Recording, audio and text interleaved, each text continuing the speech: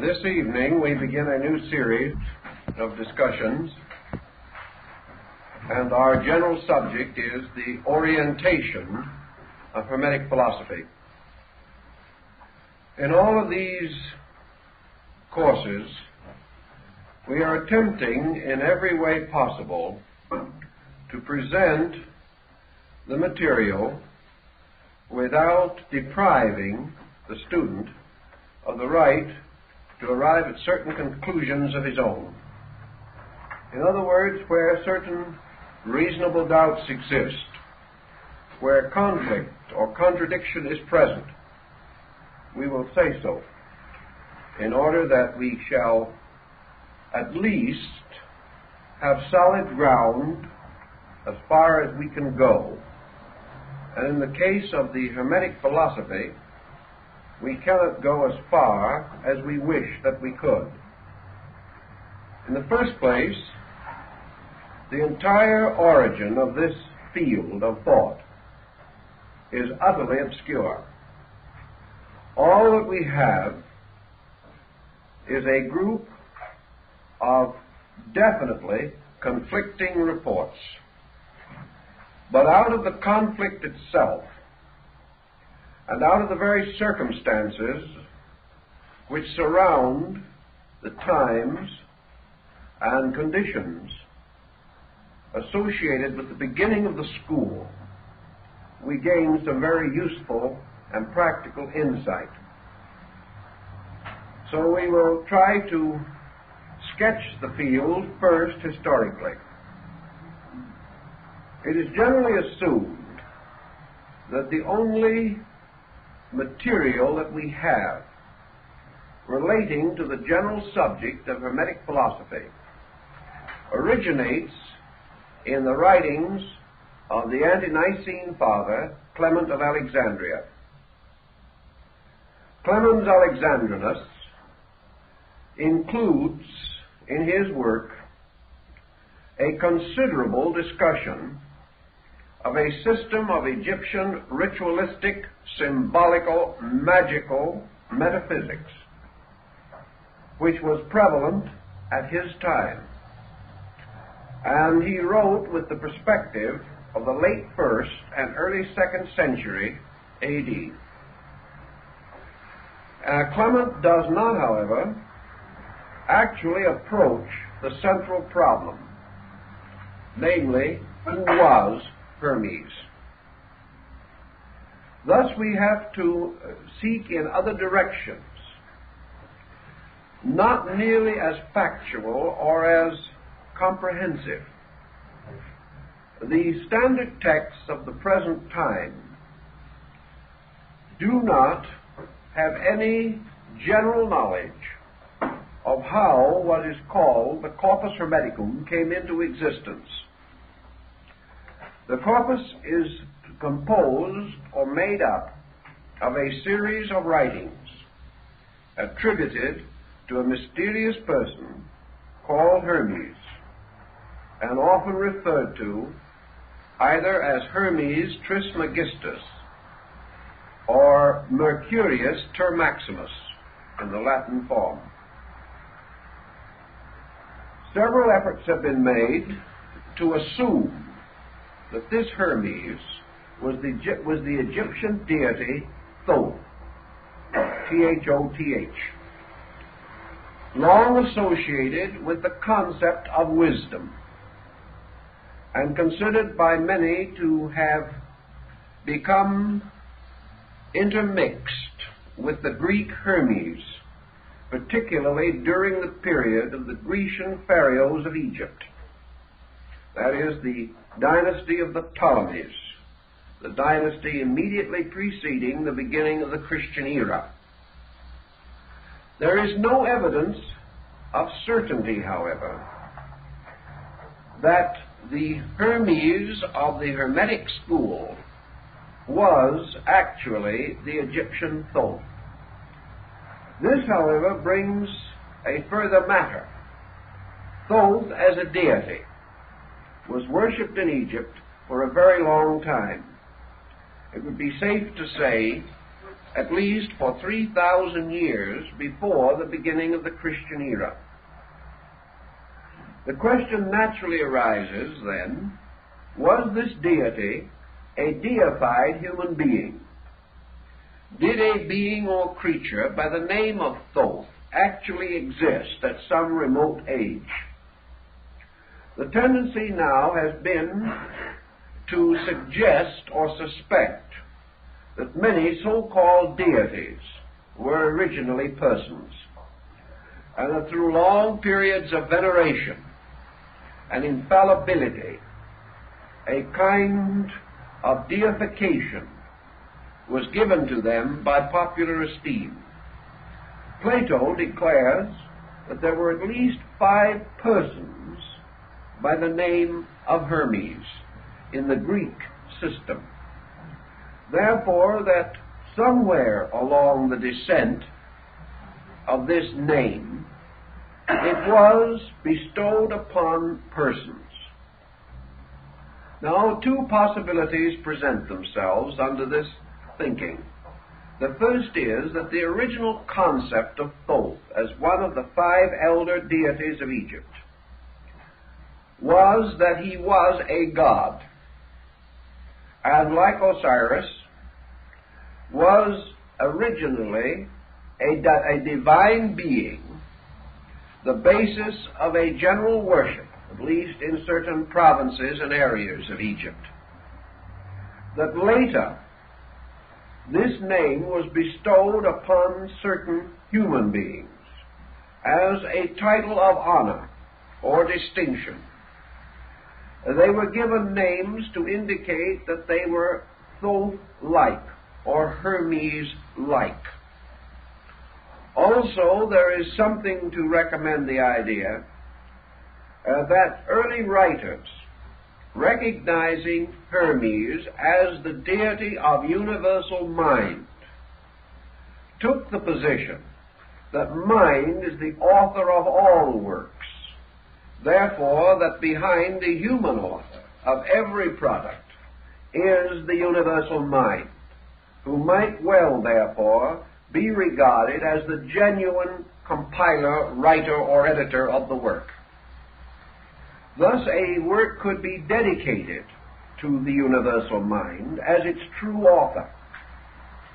Thus, persons in many ages could attribute their own productions, particularly those of vision and inspiration, to a deity long honored and regarded. It might then well occur that, as in other religions and in other systems, Thoth-inspired teachers were said to have arisen, becoming the embodiments or incarnations of the principle of wisdom, therefore entitled to bear this name. Certainly there were several persons by the name of Orpheus, as Taylor points out for us in his analysis of the mystical hymns of Orpheus. There was certainly more than one person in the course of time known as Zoroaster or Zarathustra. And it is quite possible that the last of the Zoroasters, who is said to have been personally known by Pythagoras, was by no means the first of these fire prophets, but was a distinguished philosopher or mystic or illuminata who had received this name as an honorary title. Thus it is quite conceivable that the name of Thoth or Hermes, because of the peculiar sphere of influence over which this deity was said to rule, could well have been associated with human beings, whereas many other deities might not so readily adapt themselves to this process of humanization, or this process of perpetual or periodic re-embodiment. We then have another thought, which is rather daring, has not perhaps received too much consideration, but might be worth a second glance. Namely, that Hermes, or Thoth Hermes, the final person with whom we are concerned was actually a ritualistic personification. In other words, that this so-called person was the symbolic impersonation of an idea, and that with the gradual passing of time, this person became real, although no one seemed to know where he came from, who he was, or how he departed from this life. If he was a person in a sacred drama, a character in ritualism, a hero signifying universal mind, or even human mind in its noblest and broadest sense, this person could become identified with a story. Ritualism could create a life for him, create situations, but these situations would be essentially symbolical rather than literal, although they might be very well set forth in a rather literal appearing relationship. That such may have been the case in the situation involving Hermes is not unreasonable, for we know that even Clement refers to the Hermetic system as broadly and deeply ritualistic. Wherever ritualism becomes important, we have this tendency for the emergence of a prominent or principal ritual personality who becomes the actual embodiment of the doctrine, the procedure, and all that has to do with a system of religious philosophy or mysticism. We know also that it is quite possible for imaginary or ritualistic persons to gradually gain historical definition. A good example, of course, is the story of the Count of Monte Cristo, who had no existence except in the fertile imagination of Alexander Dumas the father. Yet even today, tourists are taken out to the prison where he was imprisoned, and his cell is carefully and faithfully shown to them. The fact that he never existed is of no particular importance anymore. Now, there have been a number of instances in which imaginary persons have so taken the public fancy that we prefer to accept them as factual. Now, this is on a secular level. If we add to this the aura of divinity, creating a mystery and framing within this mystery a transcendent being, there is every reason to assume that it might be perpetuated as an historical person. So we have, in summary, about three broad possibilities here.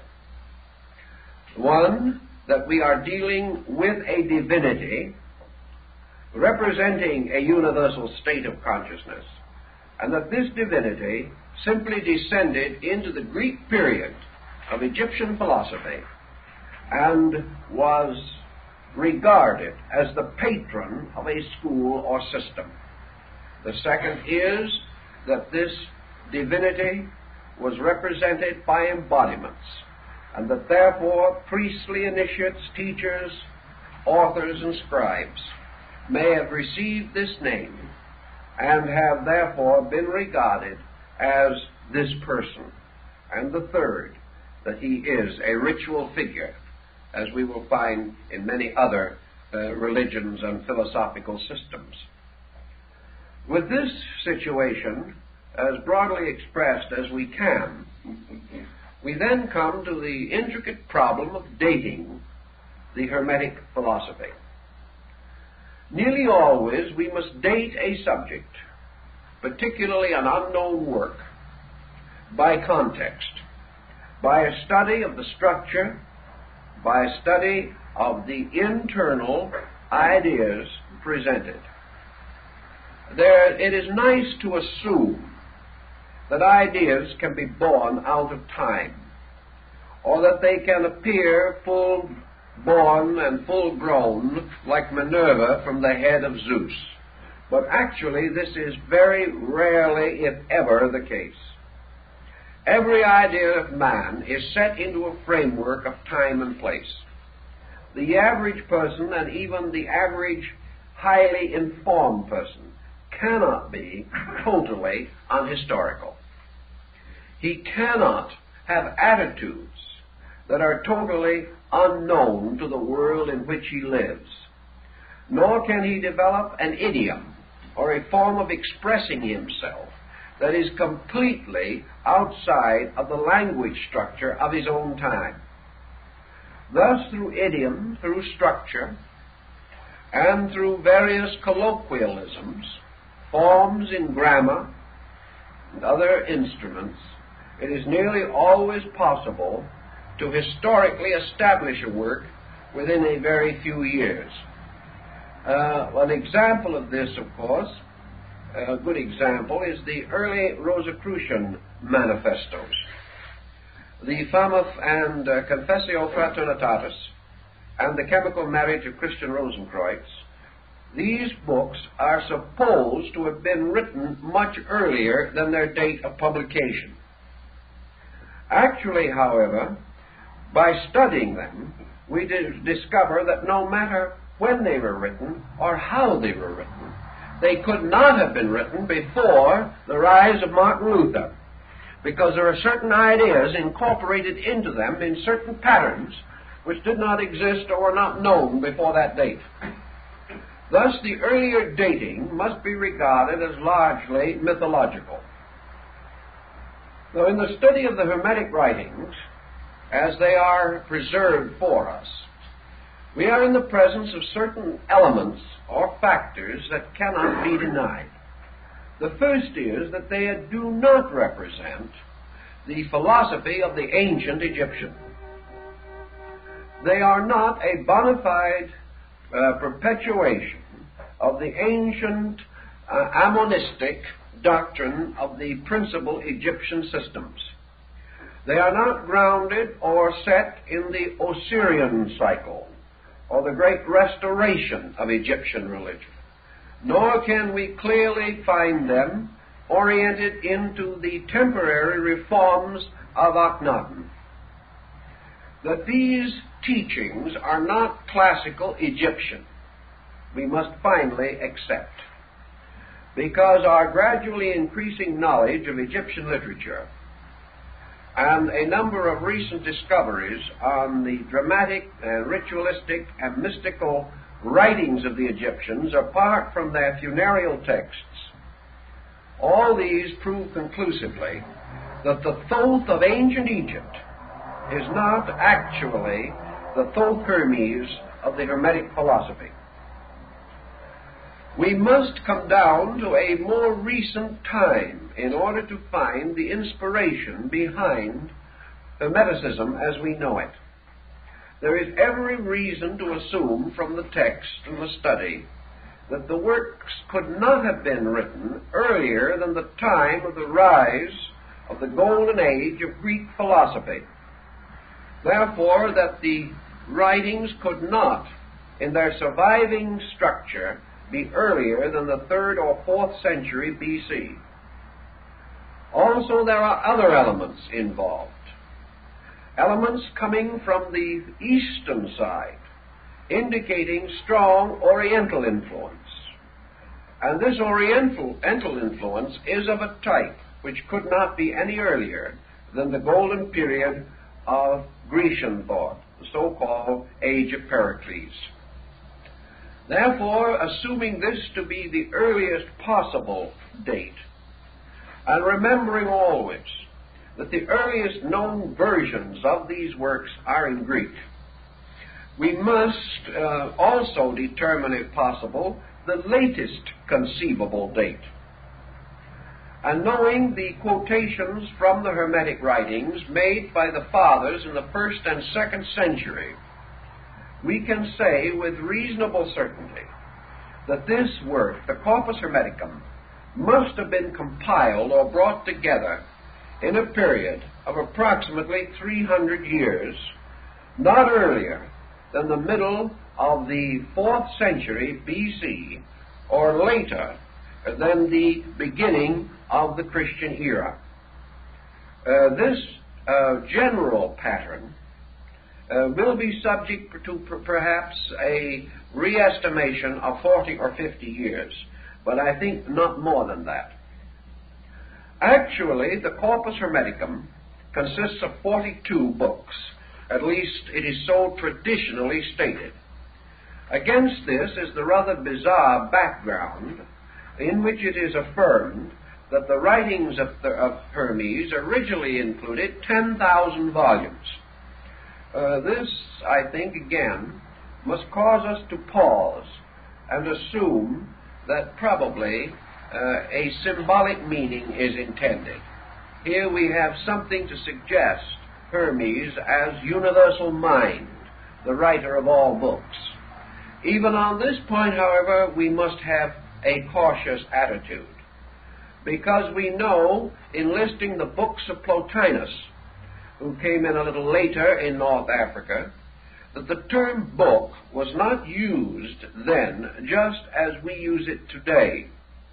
It was used with a bit of the Soroyan quality, which was not so well known to antiquity, because some of the books of Plotinus do not contain over 1,000 words. They're comparatively short tracts, but they are still called books. Thus, we are not sure how much actual writing might be involved in the so-called mythological library of the size mentioned. The next point is that the number 42, to refer to the so-called authentic works, is a highly significant number. It is the number of the Egyptian assessors of the dead, the jury that try the soul in the field of Amentet. It is also the number of the provinces of Egypt. There were 42 nomes, or provinces, and that is why there were 42 assessors, one of the jurors being selected from each of the provinces or nomes and their celestial correspondences in the universe.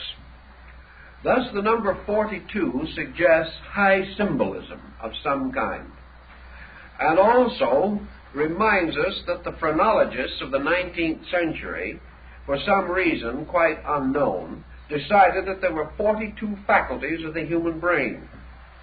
Again, a number appearing which seems to exhaust certain intellectual processes and reflexes within the human intellectual equipment.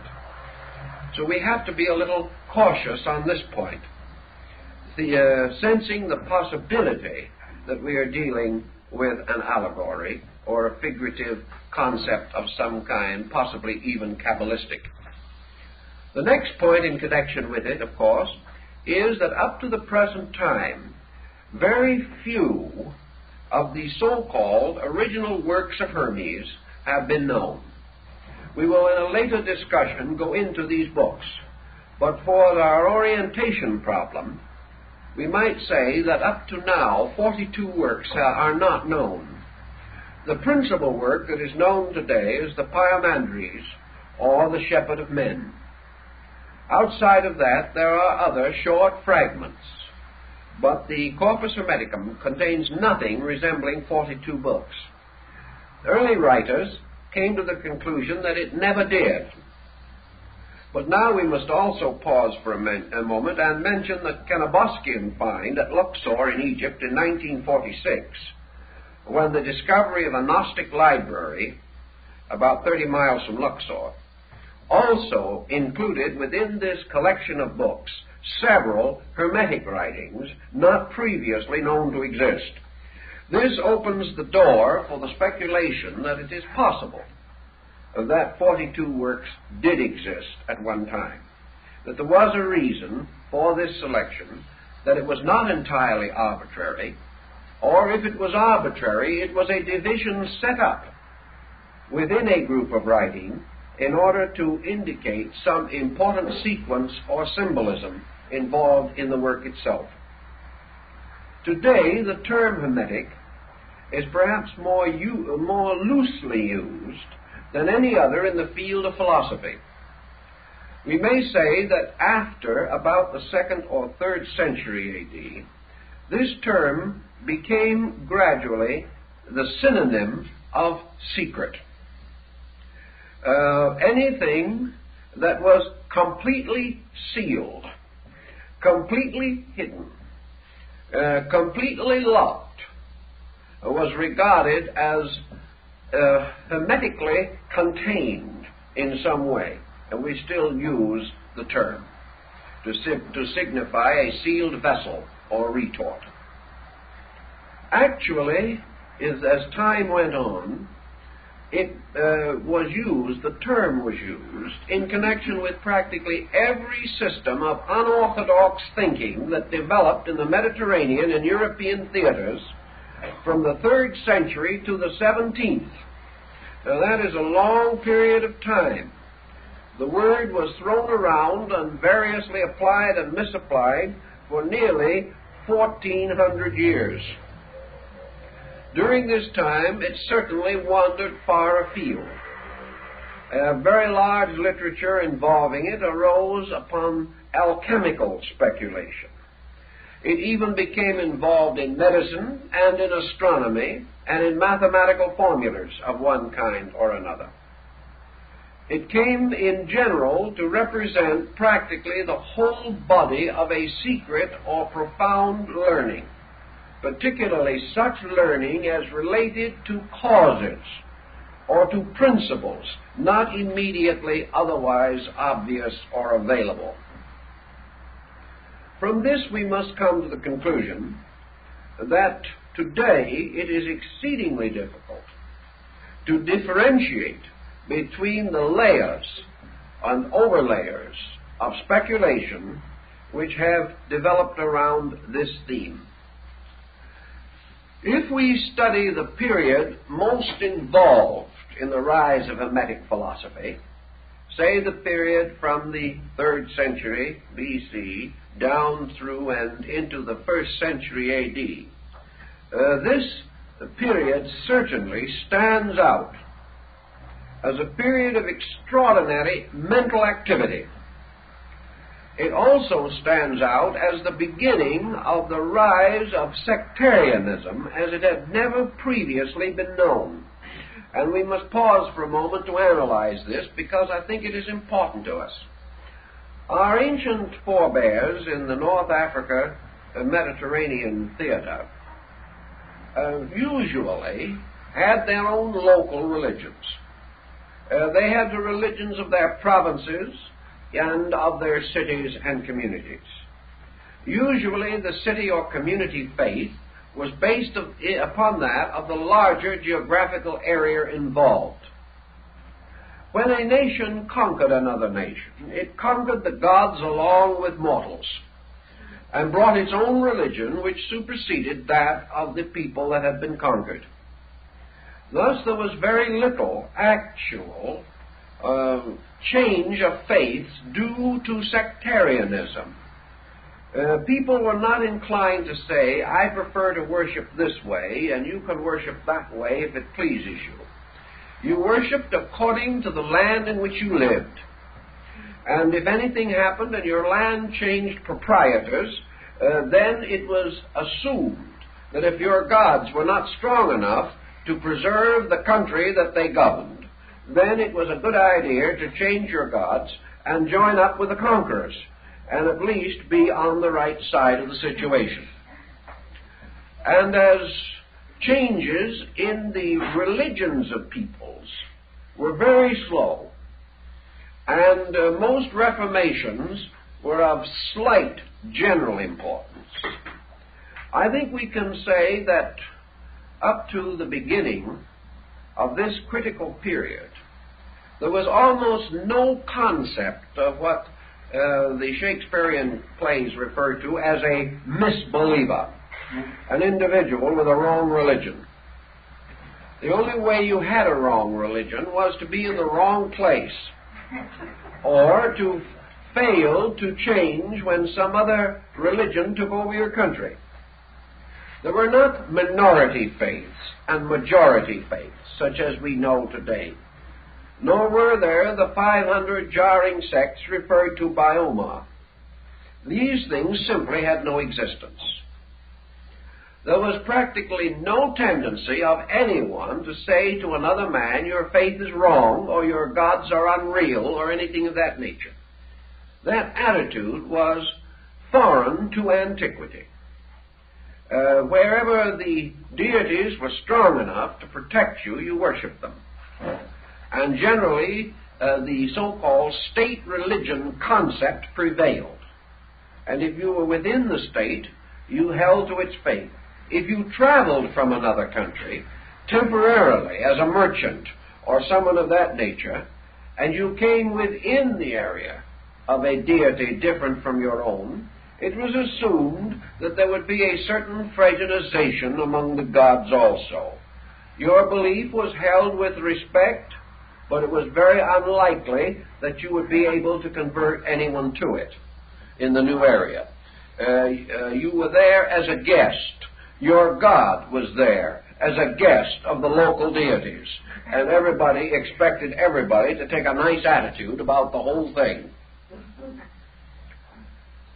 All of a sudden, this changed, and changed in an extraordinary way.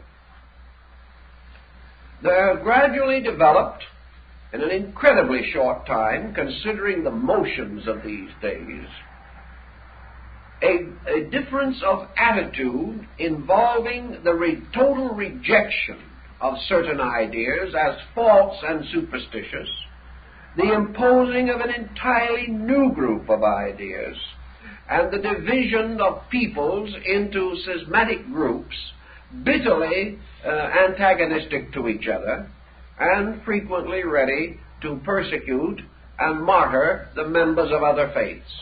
This was a new and different situation. It arose with the changing of certain patterns, and we still are not too sure of what caused these patterns to change.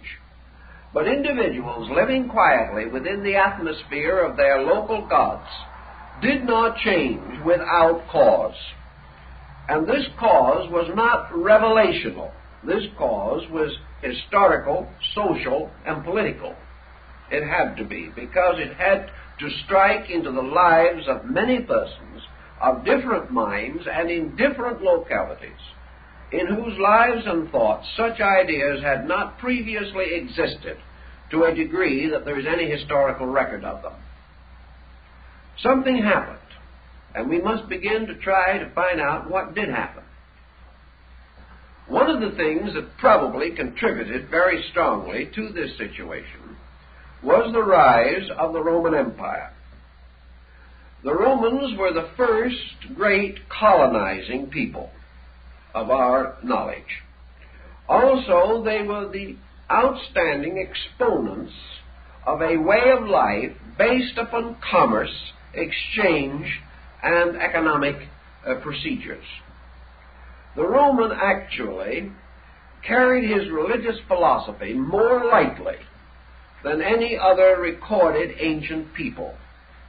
To him, religion was secondary to business. Of course, it's quite incredible that such should be the case, and we can hardly imagine it, although we're in exactly the same spot today. The Roman had his religious services, and he had his prayers, but he was perhaps the first man to pray for the inconvenience of his competitors. He very definitely invited the gods to work a hardship on anyone he didn't like. He also was perhaps among the first to pray for profit and for these material concerns which were comparatively secondary in the religious life of ancient peoples. He was also confronted with a situation that perhaps disillusioned them, or on another way of looking at it, opened him to the modern attitude on religion. In the process of colonizing and conquering and extending the boundaries of his domain until the Roman, in his glory, controlled most of the known world. In this procedure, it was necessary for him to absorb, govern, direct, and integrate into the great pattern of the Roman political structure more than 100 different peoples. These peoples, each with their own religions. This was the first time that these various religions had been subjected to the domination of a comparatively unreligious people. Here we have an interesting situation, because we can no longer assume that the gods of Rome simply won the battle. The Romans took much more faith in their phalanx and in their trained military power and in their machines of war than they did in divine intercession. The peoples conquered did not find it, therefore, possible to simply worship the gods of Rome. Even the Romans could not tell them how to do so. Other than state festivals and certain broad concepts, the Romans had no religious substitute for the type of spiritual value which existed among the peoples that were conquered. At no time, for example, did the Roman have a religious philosophy as deep as that of the British Druids, although he conquered Britain.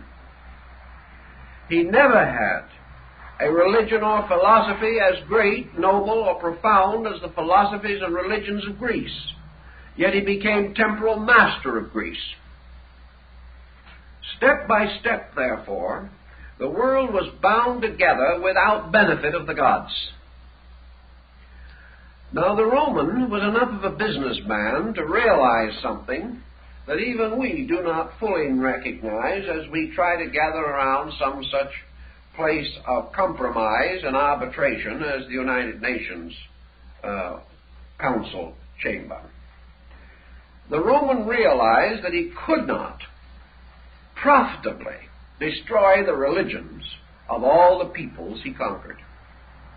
He realized that to do so would be to destroy the social structure of the world. He therefore controlled the religion, but did not attempt to destroy it. And in the height of the empire, Rome, in its great edicts, declared universal religious tolerance. And at the time of the great Roman Forum, which was really the common ground of the empire, temples to many deities of many races and of many nations stood side by side with complete immunity from persecution. The Roman did not care what you worshipped, as long as you paid your taxes and kept out of treasonable activity. He did not care what your religion was, as long as you did not attempt to discredit the economic, political, military, or social power of the Roman state. Therefore, nearly all religious persecution in Rome was the result of groups or individuals attacking the Roman way of life. As long as they did not do this and simply maintained their interest in their own affairs, the Romans were not inclined to persecute in any way. And the proof of that is that nearly all of the great religious and philosophical teachers of the period at one time or other drifted into Rome, had schools there, and taught publicly without any interference of any kind. They taught many doctrines strange to Rome, but they paid their taxes and kept out of politics, and all went well. This, however, presented for the first time a situation that had never existed in our general thinking. The world, the Roman world, had the spectacle of many gods meeting on a common ground, the temples of many faiths, and to a certain degree, this proximity must have influenced Roman thinking. It must have caused the Roman, and later the members of other peoples that came to Rome for one reason or another, to do for the first time what you might call religious shopping. They began to look around Instead of simply worshiping the conventional deities of Rome, they learned that a certain teacher was particularly outstanding, so they went to him.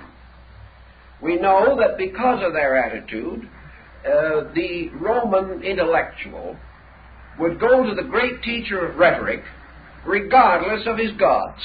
That made no difference.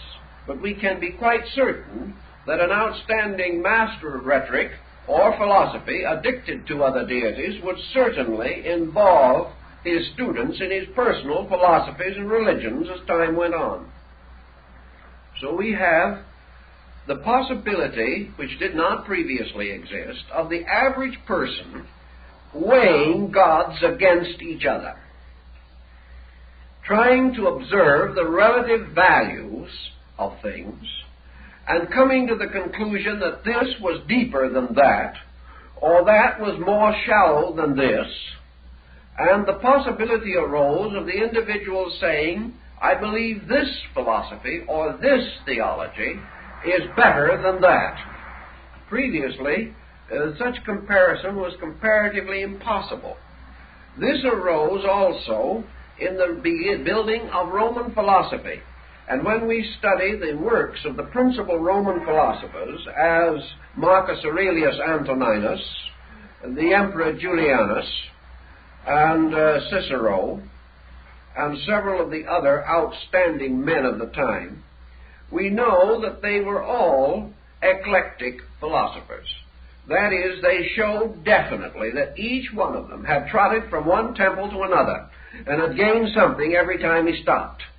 And out of this religious circumambulation of the forum, he had come to a new kind of philosophy, with a bit of Egyptian, a bit of Greek, a bit of Persian, and perhaps a few vestiges of old Roman lore, and a kindly thought for the Druids, or the Mithraic teachings which became the principal religion of the Roman legions. During the period of the conquest of Britain, for example, the Roman soldiers were not even worshipping the Roman gods. They were worshipping the Persian Mithraic deities. The image of Mithras slaying the ox was the principal symbol, and the Roman soldiers left it in England by a little stream, and because of this statue it was later called Oxford, and there the great University of Oxford was built, being built upon a monument, or in relation to a monument of a Persian god placed there by Orthodox Roman legionnaires. Now you begin to see that we're in what might be termed a polyglot situation. Rome made possible, in fact made inevitable, that discriminating persons who previously probably had never visited far from their own lands were now able, within Rome itself, or in Alexandria under Roman control, or in Athens under Roman control, or in Antioch under Roman control, or Ephesus, all of these great polyglot centers being then Romanized politically, that they could go to these centers, or living in them could enjoy extraordinary educational and cultural opportunities. That in any one of these cities a dozen great teachers might be flourishing together, not as in Greece, divided by their arts and sciences primarily, but now divided in the total religion, philosophy, and idealism which dominated their systems.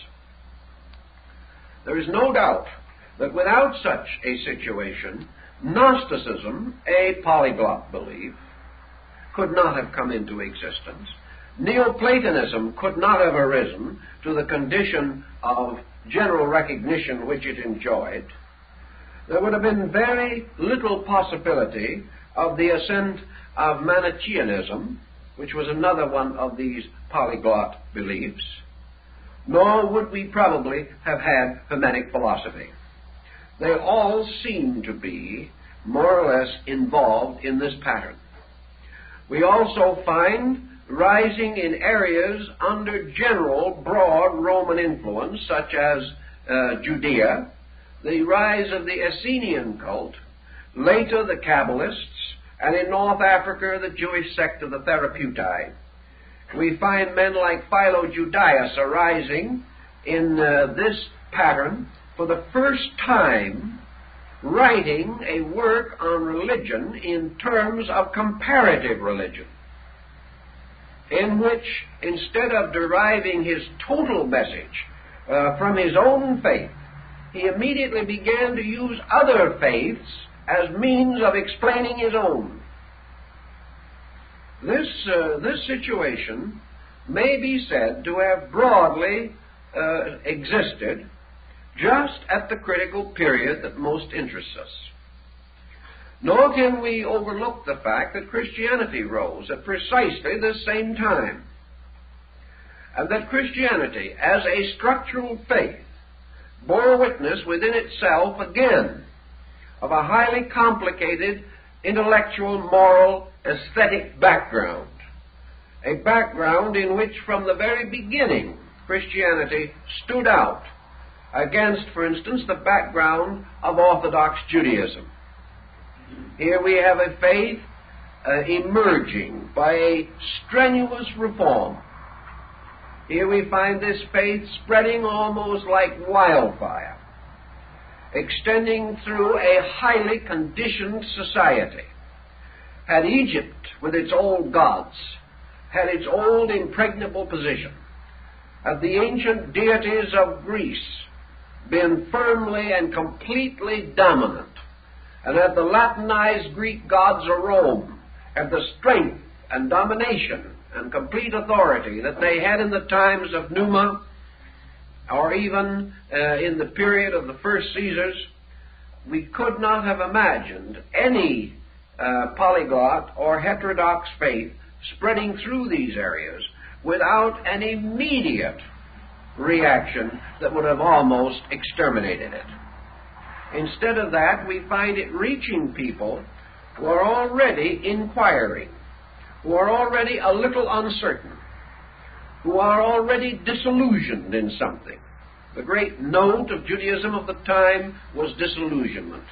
The ancient gods of Israel had not preserved their people from the tyranny of Rome or the tyranny of Herod. The old vows had been broken. The punishment of deity was upon a delinquent people. All these explanations, man's moral effort to avoid or evade the inevitable fact that as a sovereignty he had been defeated and enslaved. All this turmoil, all this increasing doubt, the power of Rome took away from nearly all these other peoples the absolute faith which they previously had in their own deities, and gave them no immediate transference of that faith to any other group of deities. And gradually out of this confusion appears to have arisen a kind of intellectual individuality, perhaps best represented by your eclectic philosophy. These people simply, as we said, went shopping intellectually. And they bought a little from this store and a little from that mart or shop. And they built together a philosophy based upon experience, justified by personal favor, and perhaps containing a beautiful assortment of partly digested inconsistencies, as in the very beautiful but not maturely organized meditations of Marcus Aurelius. This perhaps is the answer, by a rather long roundabout road, but one that almost has to be covered, to the rise of the Corpus Hermeticum. It represents a natural instinct on the part of man, an instinct that we are feeling today, the instinct for the need for a substantial religious philosophy of life, an instinct that is pressed on by disillusionments, an instinct which is somewhat embittered, an instinct which has no longer the open-minded faith of the small child, but rather the disillusioned attitude of maturity. no longer this willingness, this readiness to believe all good things, but a certain suspicion, a fear that all pretenses conceal ulterior motives, or perhaps the continual fear of being hurt again, a further disillusionment involved in spiritual conviction. We know from the writings of Boethius and others that this disillusionment was strong in these early formative years of our modern religious life. If this can be regarded as valid, and we assume, as we must, that all old faiths did not die in their tracks. In other words, in these critical periods, a curtain didn't fall over the religions of the world, and all the old ways simply ceased by magic. It was reported that great Pan died, but we have no proof that this actually happened. We only know that he was no longer to be seen playing on his pipes by the side of the river. Actually, Egyptian philosophy did not die. Greek philosophy did not die. The Druids did not die. They were perpetuated in England in the bards. They were perpetuated in all the later mythology and lore, such as the Arthurian cycle and the legend of Taliesin. All the old ways lived on, but they lived on with certain modifications and changes. And in many instances, they flowed together to form new combinations which lived, and the original patterns were no longer entirely distinguishable. We know, for example, that before the end of the 6th century, Egyptian philosophy in Egypt was virtually dead. By that time, Moslemism was beginning to come in, and in a short time the land of the pharaohs would no longer be Egypt. It would be an Arabic state in which perhaps only a few of the old Copt Christians held any real link to the past. Therefore, if Egyptian religion survived at all in Egypt, it survived in Coptic Christianity. And we have reasons to know that this is quite essentially true, for there is much evidence of the survival of Egyptian religion in the Greek Orthodox, the Russian Orthodox, and the Armenian Orthodox churches. So things disappeared into patterns and came out again much later. And because after this decline of the Roman Empire came the Dark Ages, with almost complete illiteracy, a great deal that was carried across this long, dark interval was born with half memory. People did not even know anymore where it came from. They had forgotten, and did forget, in the course of 400 or 500 years, the entire cycle of descent. Little by little, the symbolism was moved into new patterns and imposed upon new doctrines until the original situation was comparatively forgotten. And today, if you go through a great cathedral or study the various parts and elements of Christian ritualism, you will find hundreds of relics, fragments, survivals of much older pre-Christian beliefs. But the average Christian believer does not even know this. Therefore, it is quite likely that he did not know it 1,000 years ago, even as well as he does not know it today.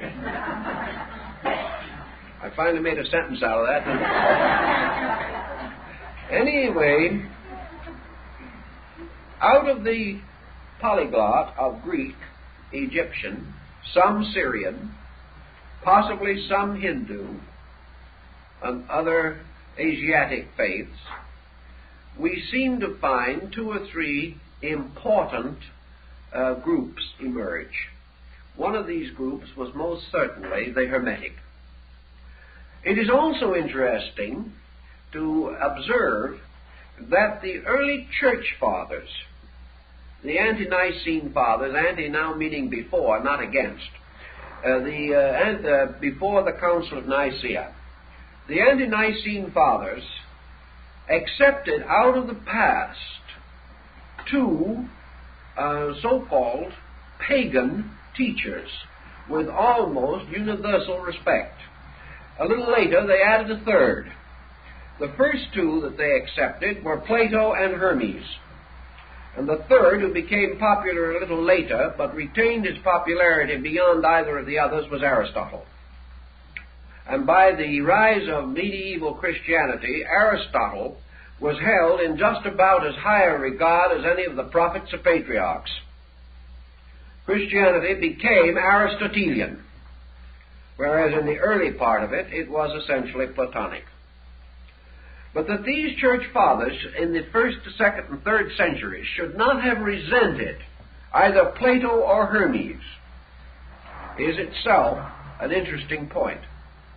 It means that they recognized in these systems certain truths or certain realities which could not be denied, or which were so stated that they could be Christianized to the benefit of the new faith. What then was the the basic point upon which so much of this depended? And apparently, this basic point in both cases was the definition of deity.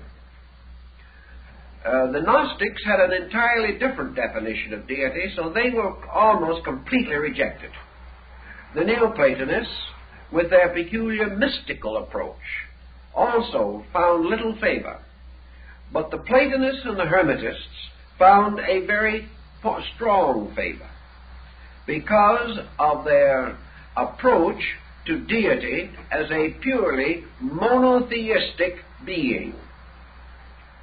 Therefore, we must say that Hermetic philosophy introduces strongly, sometime slightly before or at about the period of the Christian era, a totally monotheistic concept of God.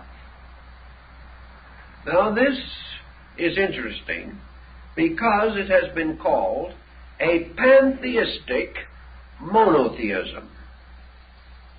Not a polytheistic, but a pantheistic. In other words, the one deity of Hermes and of Plato was a deity within creation, not a deity outside of or brooding over creation.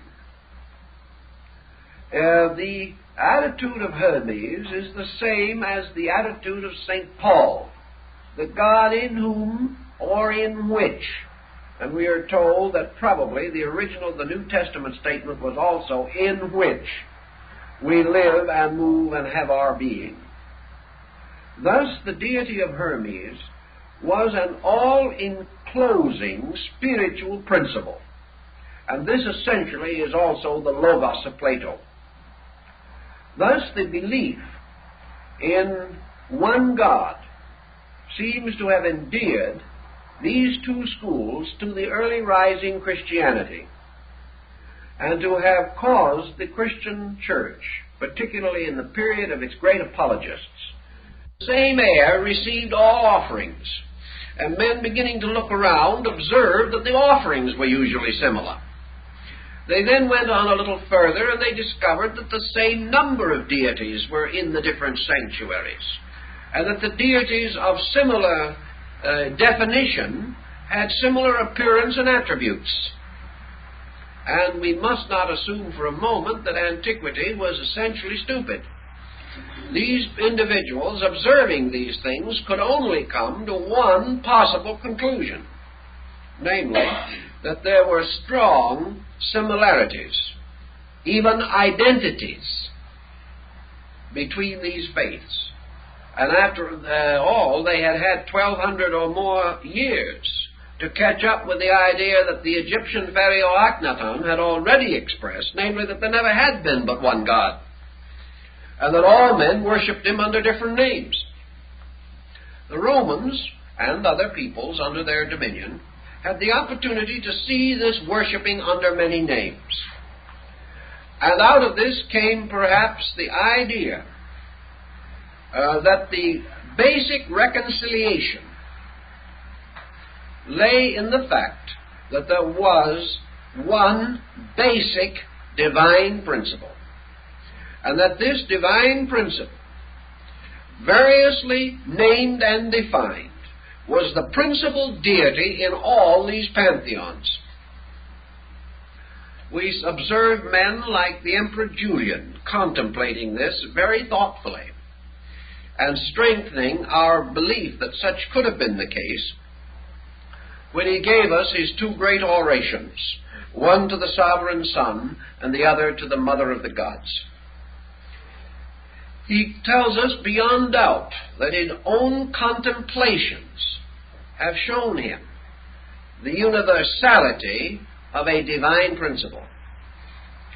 Consequently, it is not necessary that this should have been imposed upon men, either by Christianity or by Hermeticism. Already philosophy had acknowledged it, but in the old days, when nations were separate and the commerce between them was very slight, peoples of various nations did not know the beliefs of their brothers and their neighbors. Gradually, as this knowledge improved, became more aware of these things, the public mind itself inevitably produced this concept of the over-deity. The deity that did not destroy the other gods, nor was this deity merely one becoming victorious and gaining special veneration. It was a new dimension of deity, a permeating, penetrating, universal power, a power in which all things shared, and which was the common life of all living. Thus, it would be inevitable that if this concept arose in the minds of progressive thinkers, that it would be the natural substance for the integration of sect or creed or cult or faith. It is also quite possible, as always is the case, that early rising of such belief would be secret. That men would gather first to mature their own ideas and to escape the eternal stigma of unorthodoxy which has followed thinkers since the beginning of time. Thus these precious discoveries, following in the pattern and practice of the older mysteries, would be communicated only to an elect, only to those who were regarded as capable of understanding correctly this new dimension of things. Which brings us to the next point in connection with the Hermetic philosophy, and that is its relationship to the mystery systems of the world at that time. We have mentioned the state religions. We must always remember that behind each state religion was some kind of a mystical or metaphysical structure. Antiquity did not know of a religion without mysteries. And by mysteries now we do not mean secrets in the general sense of the word, but structures, ethical, moral, spiritual institutions, sacred colleges or schools. And they were called mysteries because they were sealed or closed from the profane, even as though they had been closed by some kind of an hermetic stopple. These mysteries always had a deeper dimension than the general opinions of the people. As far back as the 6th century, when Pythagoras traveled throughout the Near East and the southern parts of Europe and finally into Far Asia, he came back fully convinced that in their esoteric schools all the great religions of the world were already teaching the same thing. The average person hadn't discovered this, however. Perhaps we can suspect that the confusion resulting in the collapse of the outer structure of religion of many of these peoples threw a great and sudden weight upon the esoteric schools. And these esoteric schools were not essentially theological as we know it today, and therefore they were not quite as vulnerable as the so-called popular religions. These so-called esoteric schools were actually institutions of higher learning. And even though you might lose faith in your deities, you could not deny the multiplication table. You could not deny the value of herbs and medicines in healing. You could not deny the secrets of bone setting. You could not deny the motion of the heavenly bodies, nor the secrets of navigation. You could no longer perhaps accept certain beliefs, but you were still leaning heavily upon jurisprudence, which was originally taught in these temples. You were leaning very heavily upon the laws and canons of art, of sculpture, and of music. All the great scientific knowledge, which was originally dedicated to the gods, and was disseminated through the schools of these gods, this knowledge did not die with the popular faith. Thus, the esoteric schools, all the mysteries, perhaps came forward more rapidly after the decline of the state religions. Men now had a new level of value upon which to pin their faith. And it is quite possible that it was at this time that the gradual shift from a spiritual to a scientific way of life actually began. And as it took thousands of years to create the philosophical religious systems of the ancients, the last 2,000 years has been largely dedicated to the shift from the theological foundation of exoteric religion to the great mystery sciences of esoteric religion.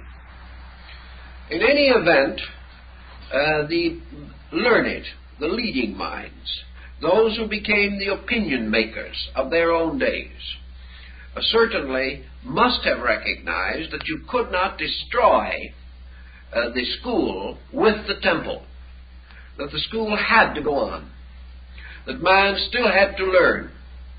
The increasing dignity of the school is expressed in Neoplatonism, Gnosticism, and Hermetic philosophy, and to a degree in the Essene and Therapeutae doctrine, certainly in the Kabbalism of the early Jewish mystics, rising from Rabbi Akiva, who belongs to this same critical period and is just about as difficult to orient as any of the others.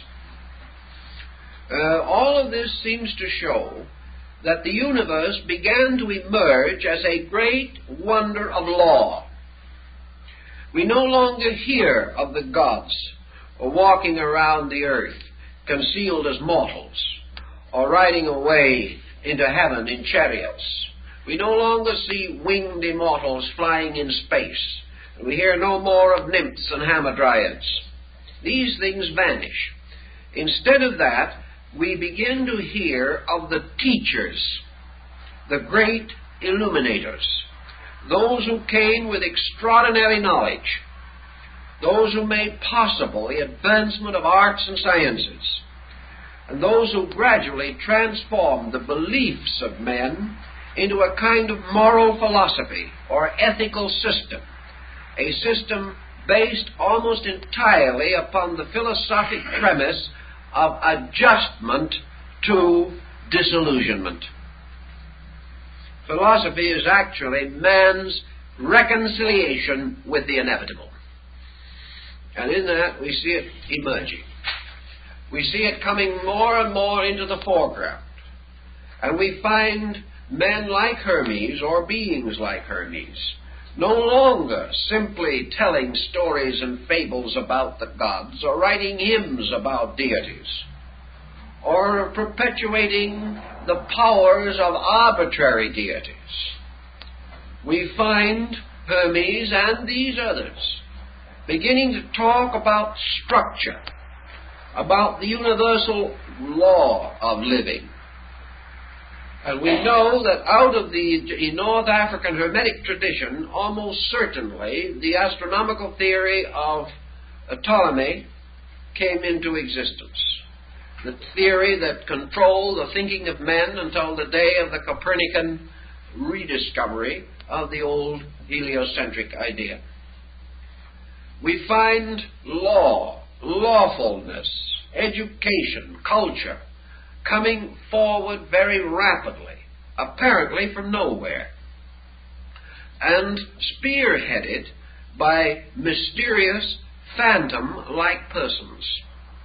Let's pause for a moment and consider for the Neoplatonism, which was in the same general area.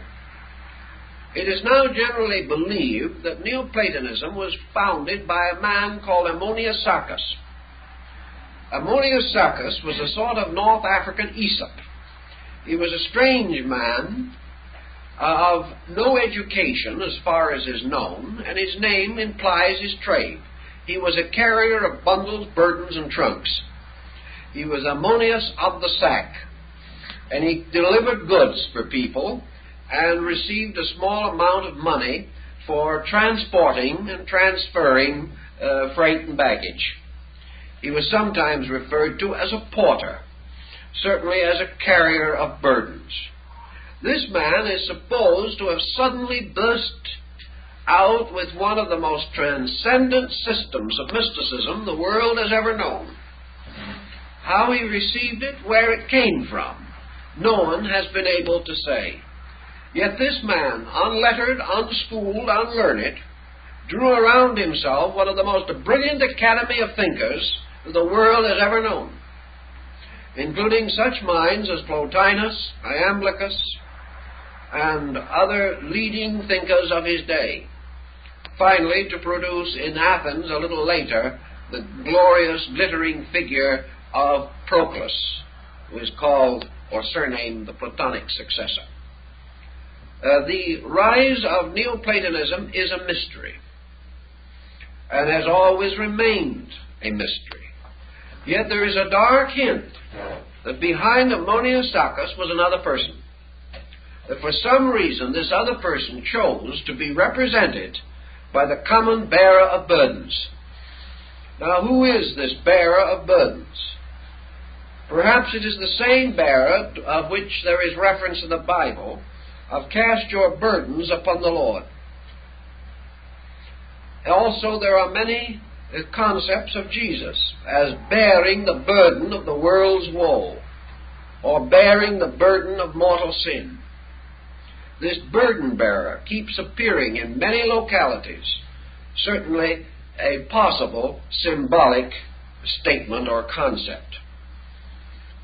But who and what was the force behind this? It is quite possible that these persons simply represented teachers or initiated masters sent out of the schools or out of the mystery system, or stepping in because of their superior knowledge into the vacuum left by the collapse of popular theology and moving the entire concept onto a new level. It could well be that under such a situation, this breaking through could have occurred in many places at almost the same time, because the need was general. And the need in this case produced an almost perfectly structured breakthrough in a dozen places simultaneously. We may assume that these were inspirational, but we may also assume that the temples were the source of the inspiration, for they had been for a very long time.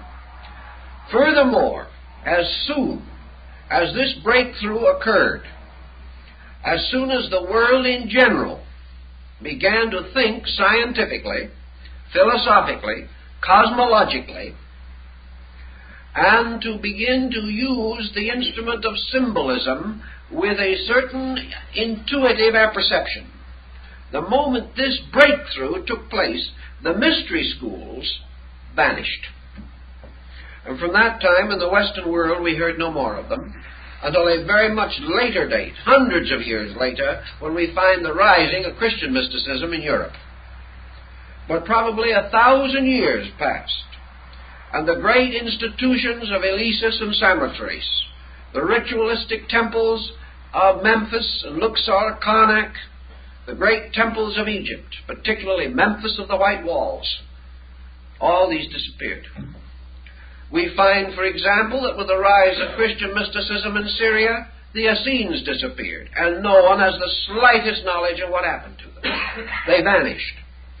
The moment the breakthrough took place, the old schools that had been the custodians of the lore and had only accepted candidates under oath and obligation, the schools vanished.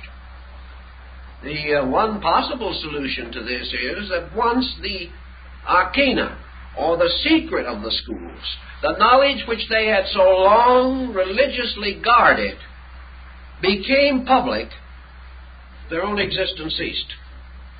Because you cannot maintain a secret that is out, nor can you initiate people to gain a special knowledge which they can gain without it.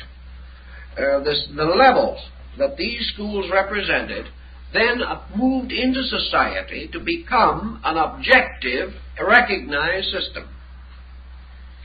In the hundreds of years that followed, we have the building upon these foundations, because this revelation of laws was a pretty tremendous thing, and it brought out foundations that could not be immediately exhausted, nor fully built upon. It has taken centuries to build upon these foundations, even as far as we have today. And without the knowledge of the Greeks and Egyptians of 2,500 years ago, modern man would never have advanced his knowledge of electronic or atomic energy, because he is actually making his calculations with the instruments that were given to him by the Greeks, Egyptians, and Arabs. Thus, from the emerging of these things, we begin to see why, out of the ruin of a theology which had failed due to the wars that had destroyed men's faith in the ancient gods, there arose a new object or a new instrument of faith. Faith in wisdom. Faith in essential value. And this wisdom gradually became synonymous with God. Deity was no longer the Olympian despot. Deity was now the extraordinarily wise Father, the old learned one. Deity was moving gradually into the relationship of the mentor, of the great teacher.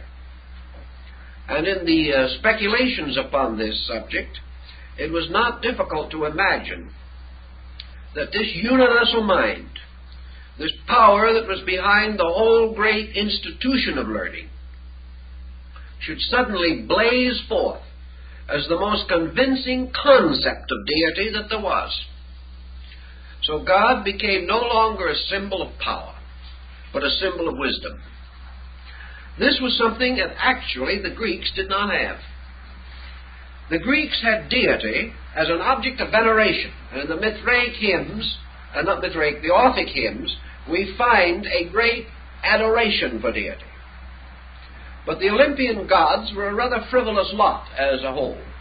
They had some other strange and inconsistent practices, and were not entirely admirable, as even Socrates pointed out. There were some scandals among the immortals that were better not mentioned even by the Greeks. Some of these scandals, rather well whitewashed, have descended to us in Bullfinch's mythology of the Greeks and Romans. Whatever scandals, however, were whitewashed by the Greeks were revealed in their full splendor by the Romans. And it was not the state religion. It was the great school of philosophers rebelling against it. Not rebelling against the gods, but rebelling against the literal acceptance of doctrines which they held to have mystical or secret meaning that made possible the rise of Pythagoras and Plato. Because it was the duty of these men to refine and improve and deepen and broaden the concept of religion. That men should realize that these fables were actually stories of secrets and wonders that could only be fully understood by those who had been initiated into the sacred colleges and rites. And that then in these schools the keys were given, by means of which these fables were unlocked in all their internal splendor, and man could begin to appreciate the greatness of the things which he had once regarded as frivolous. This remedying of an obvious defect resulting from man outgrowing his own infancy, the great philosophers strenuously attempted to achieve, and they did to a great degree.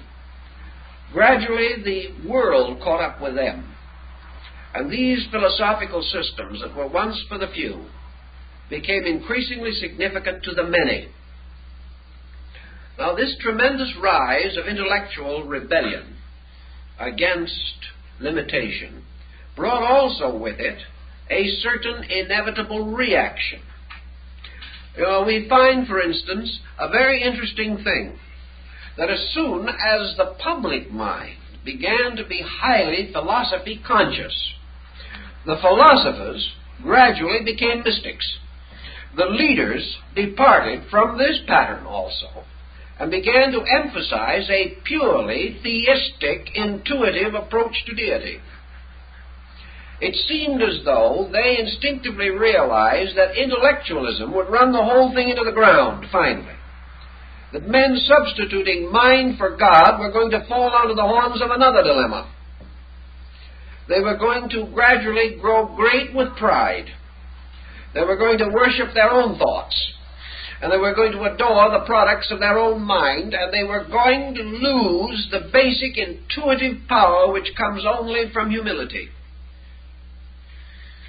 Thus, even at the beginning, you see the struggle taking form that was finally to emerge. The philosophizing and the revelation of certain great secrets from the temples could no longer be stopped. The breaking down of the mystery institutions, the final dispersing of the priesthoods, the conquering of the areas, the pillaging of the great sanctuaries, scattering their teachers, meant only the inevitable need for the preservation of ideas. And the only way to preserve them was to throw them into the very public mind from which they had once been protected. Because only then could the common man be the keeper of the mystery. Otherwise it would have died with that generation. But no sooner had this occurred than it became obvious that a great danger was also presenting itself.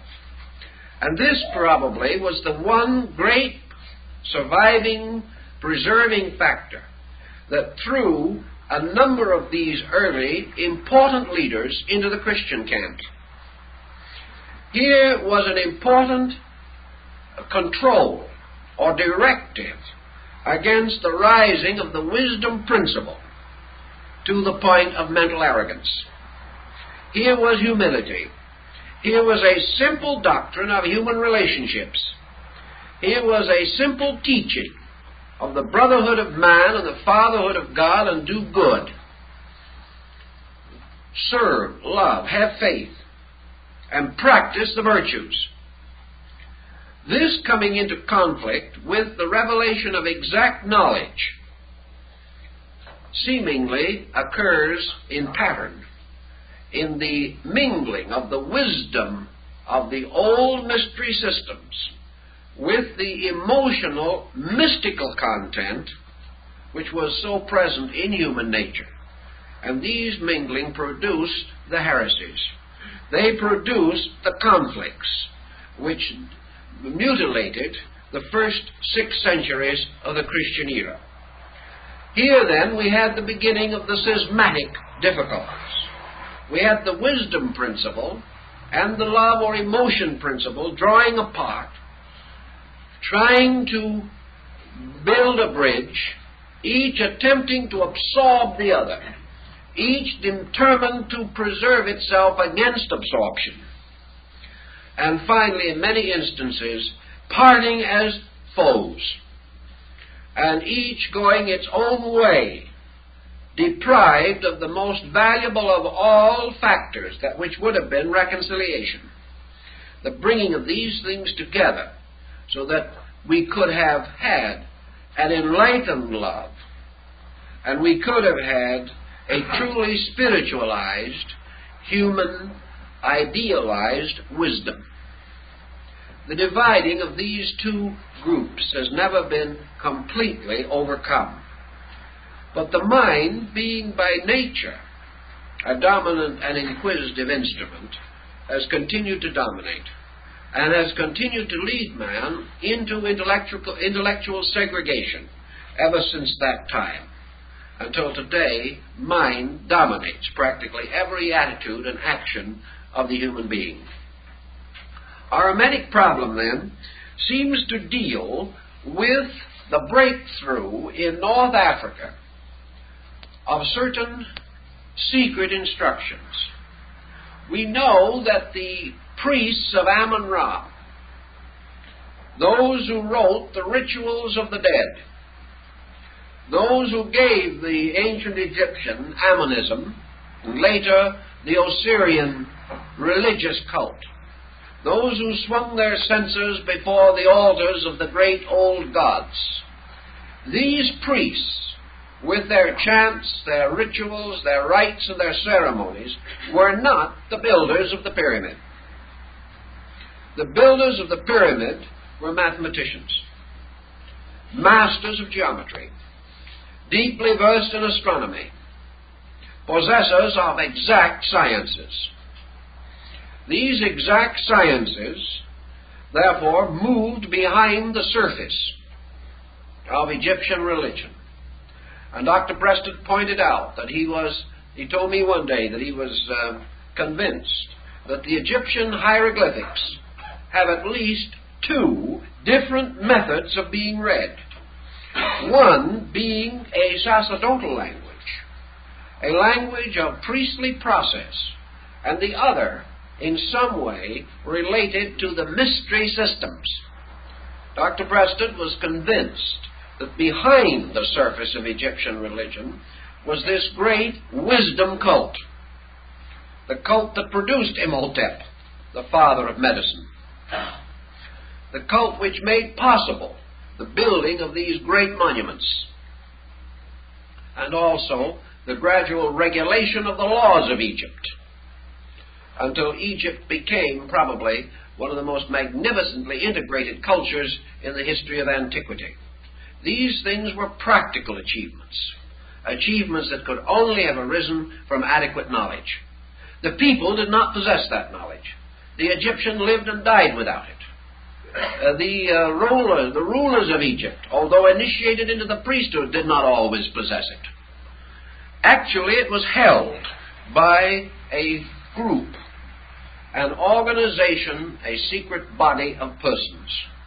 And this secret body perpetuated itself by rites and ceremonies, as described by Plutarch in his Mysteries of Isis and Osiris. This breaking through in Egypt seems to have given us the basic principles of Hermetic philosophy, because these principles deal with certain things, the true nature of deity. The true nature of deity, here interpreted as the eternal mind, which brings all things into existence by the power of thought. Thus, Thoth, thought, Hermes, Mercury, gives us the concept of a world that exists in the divine mind, a projection and manifestation of the eternal thinker. And he tells us that the world is the non-eternal thought of that eternal thinker, that all things are supported on the warp and woof of thought, Thoth, for our word thought comes from his name. This being, therefore, which is the creating power, creates by will, creates by the exercise of secret attributes. This deity is not a highly glorified Louis XVI. This deity is not the Zeus of ancient Greece, nor the Jupiter of the Latins. This is a mystery God, a God without form, of which all things are the form, a God without dimensions or proportions, but containing all dimensions and proportions within its own nature, a God of 7 powers, which are 7 arts and sciences, and a God ruling by the inevitable motion of its own being, and this motion absolute law. When we begin to see this, we begin to see that we are escaping from most of the type of thinking that wrecked antiquity.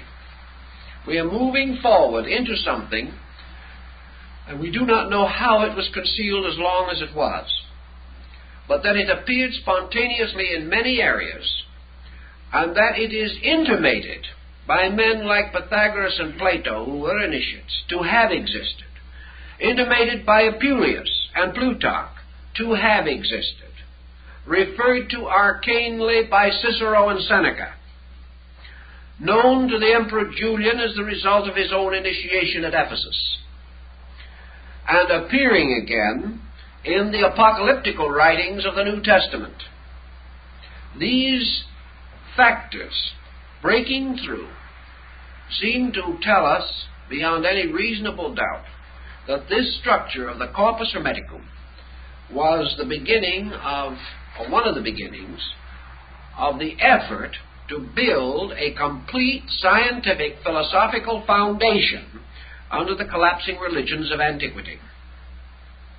That this information had been previously perfected, and that the outstanding examples of this perfection would be found in the great architectural and legal documents of antiquity, such as the Code of Hammurabi, probably the earliest and one of the most enlightened of all legal codes.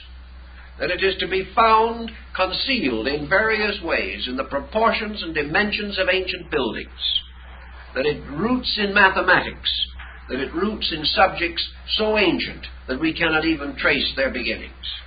That there was also a consistent, integrated concept of the solar system, of the universe, of space, of time, of energy, and all of these things, which certainly form no part of the decadent ceremonials of the old, later Roman priesthood, whose principal concerns were to be sure that they had the right cap on and that they were wearing the red slippers, without which they could not perform their sacred duties. And when asked why they wore the red slippers, the answer seemed to be because their forefathers had sacrificed animals and stood with their feet in the blood. These things became a kind of orthodoxy. But behind it all was this other, greater thing. And when Julius Caesar sacrificed to the gods as emperor deity, he certainly did not know these other things, or he would not have conducted his life in the way that he did. So this double body of learning came out, and we find it striking in Syria through the Syrian Gnosis, and in Alexandria through the Alexandrian Gnosis, through the Corpus Hermeticum, through the Neoplatonists, and through the rise of Christianity and the impact of Essenian and Therapeutae thinking in North Africa. All of this body of material arising almost at the same time, all with the same basic dimension of released thinking, and also, for the first time, polarized thinking. You'll remember that when medicine was still in the sanctuary and was serviced by priest physicians, that there were no legislations in Rome for the deportment of a doctor. The moment, however, medicine left the temple and physicians became secular, it was necessary within 10 years to create one of the most elaborate legal systems in the world to prevent medical malpractice. The moment the sacredness of the thing was removed, the moment there was the secular physician, there was the need for medical reform, almost within the day. The same thing happened in this intellectual field. The moment the knowledge of the power, potential, and possibility of the human mind was equipped with the instruments of knowledge, instruments which Cicero and Seneca also mentioned, immediately it was necessary to create legislation, real or theoretical, to prevent the abuse of knowledge. And from that time on today, we are still trying to find out how to prevent that abuse, and we have not by any means succeeded. Against this abuse, we have thrown a great moral framework. And today, even in our present emergency, we are using religion to combat the destructiveness of materialistic scientific thinking. And by an instinct, without any actual integration, without anyone being able as a person to require it or demand it, the age of atomics has resulted in the greatest age of religious revival the world has had in at least 1,000 years. So back in the first century, the rise of a great scientific concept of life threw immediately into perspective the need for this great religious reform. So the scientific phase of it, the philosophical phase of it, and Christianity as the religious phase of it, all came into existence together. Each part of a need, each essential to an orientation. Now, what was the actual wisdom orientation of that time? Were the individuals involved in that revelation actually as wise as some think they were, or as foolish as some others think they were? Can we honestly say today, looking back upon the first century, that those people knew anything that we do not know? I think we can be almost forced to answer in the affirmative that they did. Because actually, in order to exhaust what they knew, we have to exhaust something which we have not yet exhausted. And that is the instrument by means of which we are capable of creative knowing. It is one thing to copy the past, which we have done. It is one thing to take a Roman sewer pipe and make a better one today. It is one thing to take an Egyptian lute and make a more perfect instrument of it. It is one thing to take a Syrian trumpet and make a peculiar hook in it or twist it and form it into what we call a trombone. That is all within the possibility of things. Actually, our French horn has not changed much in the last 2,000 years. It is quite possible to take a piece of Coptic or Greek fabric and create new ways of weaving it. It is possible to use the Greek mathematical theory and find constant applications for it. But these do not represent the basic point. Sometime, somewhere, someone created geometry. This creation consisted not of bringing something out of nothing, but of a peculiar type of trained intuitive observationalism by means of which a human being suddenly recognized the universe as a geometric manifestation of universal energy. This individual had the power to see geometry in nature, or sense it, or begin to organize it. Somebody else saw for the first time the analogies between music and number. Another individual saw somewhere, somehow, the basic principle of chemistry and the chemical combinations of elements. Somewhere there were basic thoughts. The basic thought of the 47th proposition of Pythagoras, or the Euclidean proposition. Study your ancient contributions in astronomy, geometry, music, rhetoric, grammar. Somewhere these things had perhaps not a fully developed emergence, but a series of creative impulses by which that appeared which was not previously available.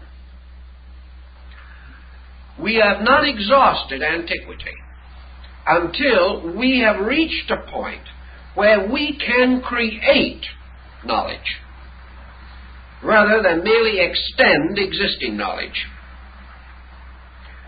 when the individual of today can create something as absolutely independent as arithmetic, he may then say that he has a creative power to exhaust and has exhausted the previous contributions of his people. But as long as he merely uses arithmetic, he has lacked that tremendous creativity which is the basis of the wisdom of antiquity, the power to be the first to know something. Now, we may say that everything worth knowing has already been found, so we can't do it. This is untrue. There are more firsts waiting than have ever yet been revealed. But as long as we are content to use rather than to create, we have lost one dimension of thinking. And that dimension is the very thing that the Hermetic doctrine is concerned with, namely man's ability to become conscious within and of the universal mind itself, so that every individual creates with the mind of God, or with the universal divine intellect. Thus, the end of all knowing, according to the Hermetic system, is that men will not think about God or think of God, but think with God. And this statement still poses one of the most difficult situations with which the average individual can intellectually be confronted, because we cannot even understand fully what this implication actually is.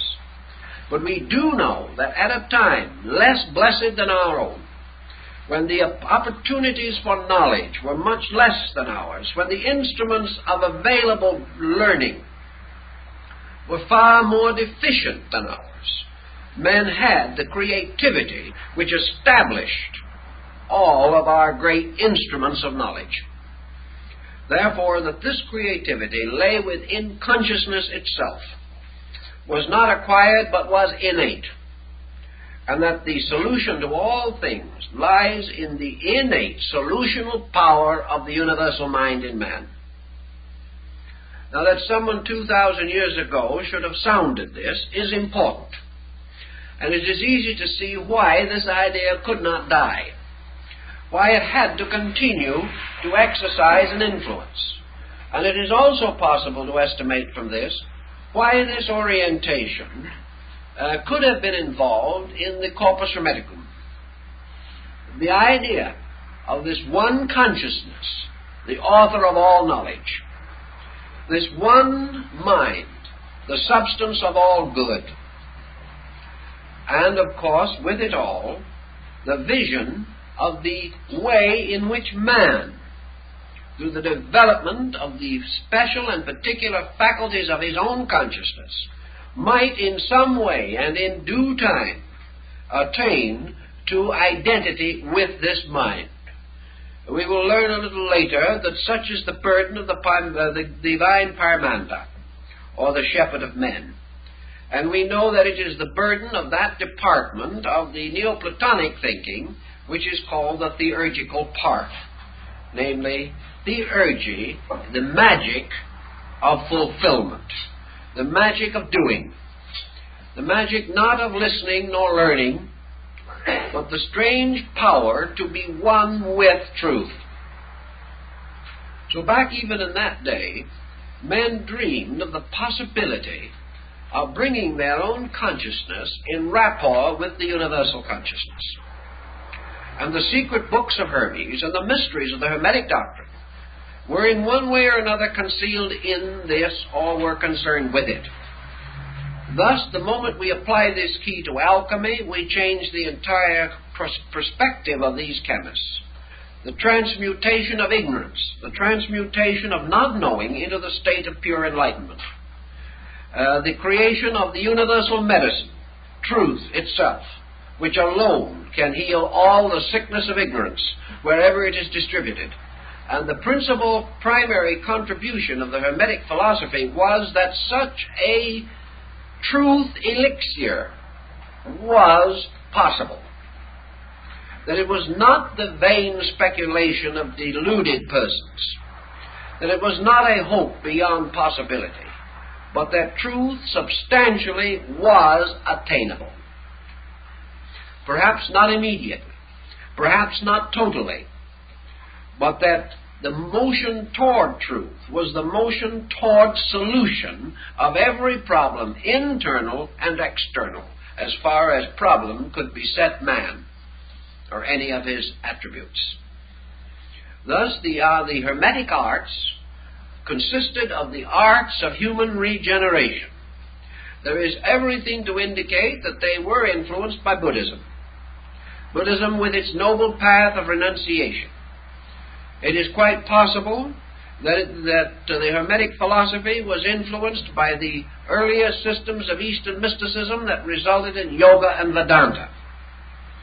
It is quite possible and almost certain that this system was also influenced by the part of the old Sanhedrin, the great Sanhedrin of the Jews, which dealt with the mystery of the Merkava, or the chariot of righteousness, by means of which the prophet is transported to heaven without death. This chariot of righteousness, this chariot of Ezekiel, being the symbol of illumination, or the spiritual ecstasy by which man is moved from one world to another. Hermes himself describes this experience, or the writer of the Hermetic doctrine creates a person and causes that person to be the personification of the truth seeker, receiving into himself the experience peculiar to those who through dedication have become worthy of the truth.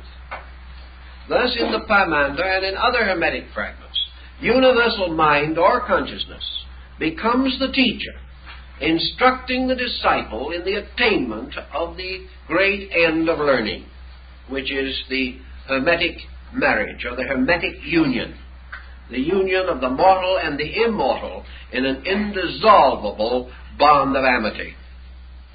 In these thinkings, then, we have the grounds for many mystical speculations that were to come at later date. We see the source of a large part of Christian mysticism. We begin to see why the more illumined church fathers must have recognized the same essential doctrine that they themselves were seeking to cultivate.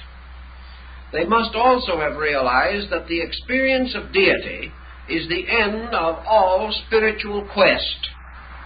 And because Hermeticism, like the early church, was concerned with truth as an experience of consciousness, it could not be rejected totally, any more than the ethical experience of Plato could be rejected totally.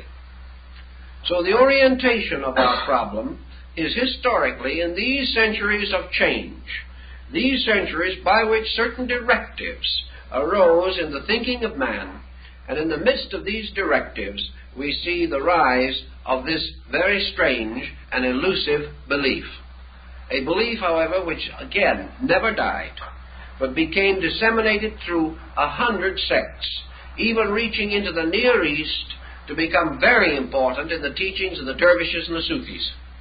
Thus this teaching moved in and on through time, losing its name after a very short time, but never losing its directive to the individual or its positive affirmation of the exact science of human illumination or redemption through the spiritual experience of illumination.